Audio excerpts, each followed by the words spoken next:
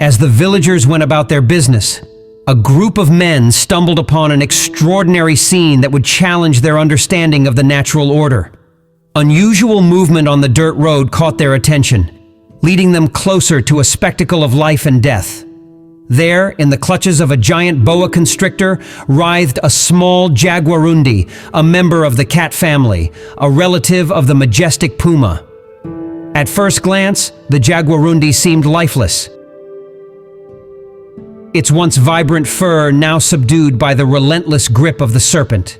Yet, as the men drew near, they noticed the subtle rise and fall of its chest, a plea for salvation evident in its desperate eyes. The jaguarundi, though unable to vocalize its distress, seemed to implore the men for intervention. Its attempts to resist the boa constrictor were feeble, and the snake's relentless grip threatened to snuff out the feline's life.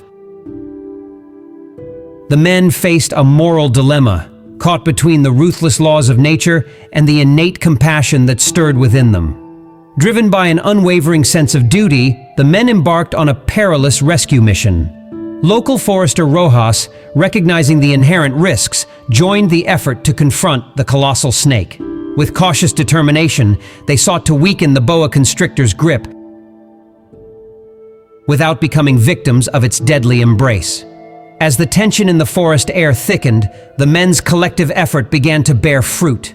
Inch by inch, the boa constrictor relinquished its hold on the jaguarundi. With a final burst of strength, the men freed the small feline from the coils that sought to end its existence. Local forester Rojas, wiping sweat from his brow,